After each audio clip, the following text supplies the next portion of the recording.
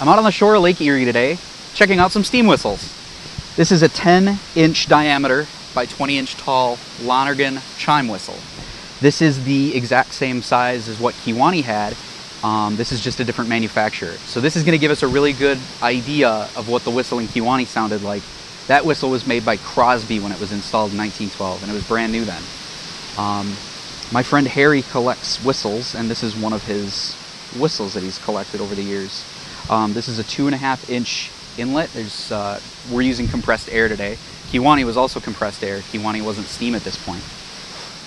But this is a 2.5-inch inlet, and then we got about 50 feet of cord here, and we're going to step back a few feet, and we're going to hear what this thing sounds like.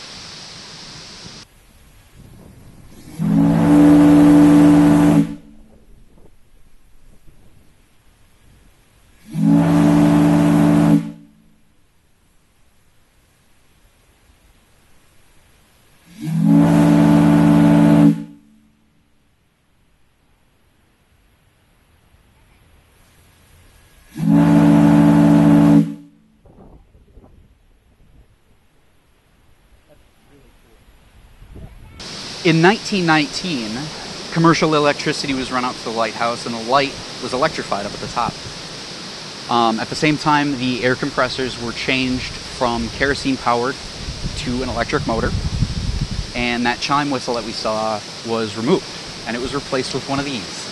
This is a Type F diaphone. This was made in Toronto, and this horn is what most of the people who heard foghorns growing up grew up with. So this makes a loud and powerful sound that ends in a grunt. We'll hear it in just a second. So this has a 5-inch diameter piston in it, and that piston has a lot of little slits in it. And what happens is the piston oscillates really fast inside here, inside this cylinder. The piston has slits, and the cylinder that it's inside also has slits. Air pressure drives that piston back and forth, forwards and backwards, really, really fast. And at the same time, air is forced in through the bottom here, through this speaking valve, and in through those slots. And as those slots correspond and get chopped off, that air gets pushed through, chopped off. And that chopping action is what actually creates sound. So at the end of the sounding cycle, the air pressure up here that drives that piston back and forth gets shut off, and the piston starts to slow down.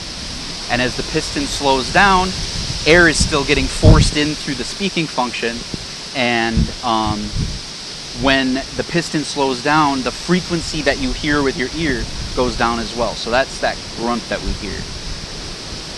This horn was used at the lighthouse in Cleveland, Ohio, right at the entrance of Cleveland.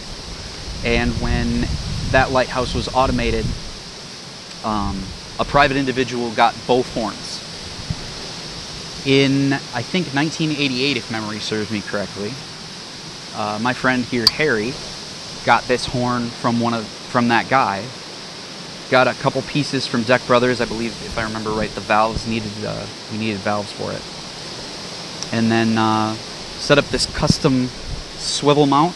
The whole thing swivels right here on the shore of Lake Erie, and he can honk pretty much anything that he would like to, including those big whistles. This is pretty cool. Let's make some noise.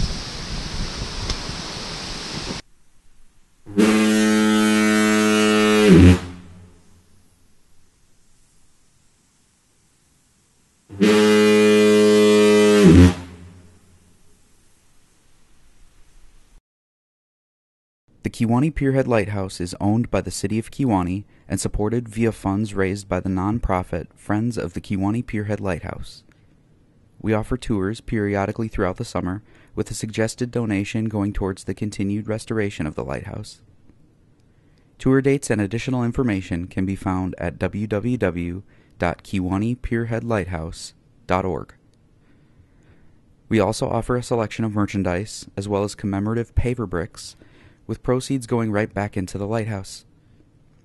Donations can be made through the website, PayPal, Venmo, or by mail.